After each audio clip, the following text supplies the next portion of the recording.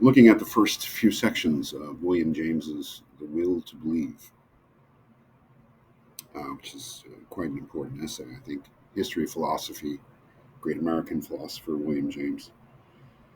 And of course, Clifford is mentioned in this first reading, and I think it's Clifford that might have um, motivated this essay.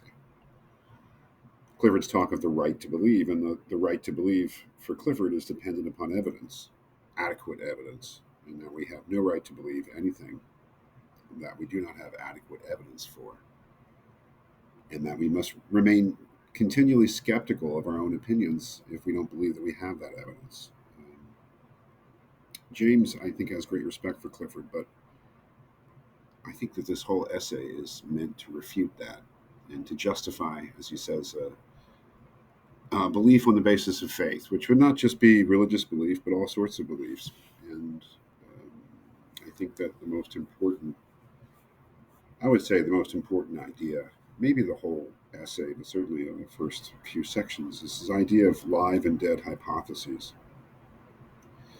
He gives some examples which are dated and may not make any sense to us about the Mahdi, and you know, it's unfortunate that these examples don't age very well, and they don't really do much to explain the thing. So, I'll give a couple of examples. Here's this idea that he says, well, let us give the name of hypothesis to anything that may be proposed to our belief. Okay, so something hypothetically that you're, you are offered as something that you might believe. And his idea of that is that any such hypothesis would either be live or dead. That is, it would either be a live possibility that you might believe the thing, or it may not be live at all. It may be dead in the sense that you just you don't find any possibility for believing such a thing. And I think it's a pretty good way of categorizing things. And he definitely has something in mind, though. If we applied Clifford's criteria to the matter of what is it that made a hypothesis live or dead, it would be evidence. It is whether we should or should not believe something, whether a hypothesis should be live or whether it should be dead, should be entirely determined by evidence. Um,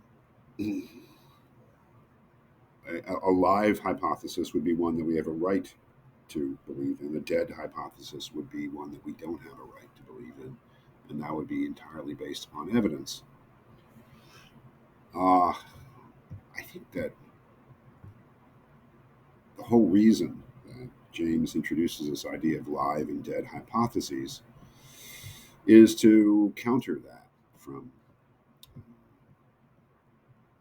from Clifford, and to say, really, when it comes down to it, what makes something a live hypothesis or a dead hypothesis for us is not facts or evidence at all.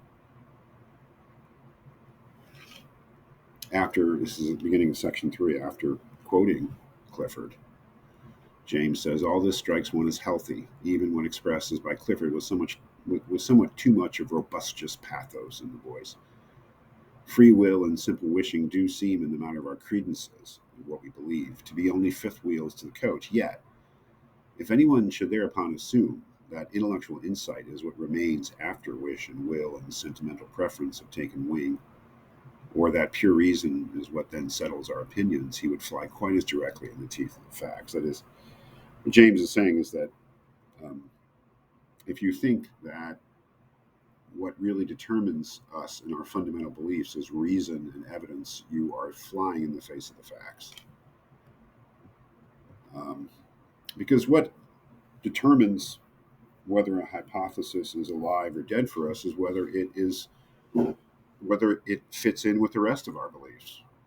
And what James is pointing out, that the rest of our beliefs are as shaky as they could possibly be when it comes to evidence.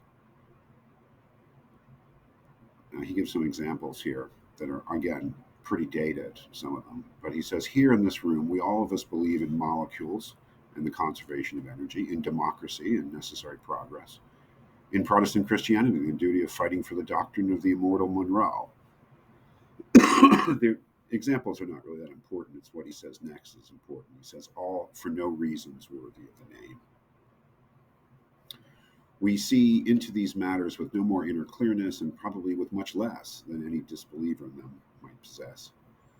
His unconventionality would probably have some grounds to show for its conclusions, but for us, not insight, but the prestige of the opinions is what makes the spark shoot from them and light up our sleeping magazines of faith. Our reason is quite satisfied in 999 cases out of every 1,000 of us, if it can find a few arguments that will do to recite in case our credulity is criticized by someone else. Our faith is faith in someone else's faith. And in the greater matters, this is most the case.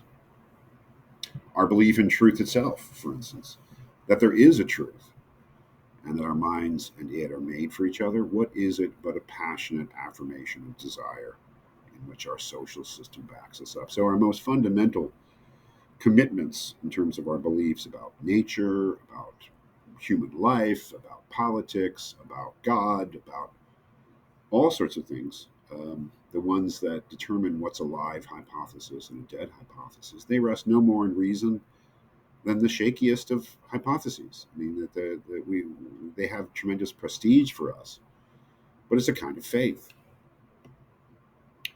He says we want to have a truth. We want to believe that our experiments and studies and discussions must put us in a continually better and better position towards it. And on this line, we agree to fight out our thinking lies. But if a Pyrrhonistic skeptic, and we know what that is by now, asks us how we know all this, can our logic find a reply?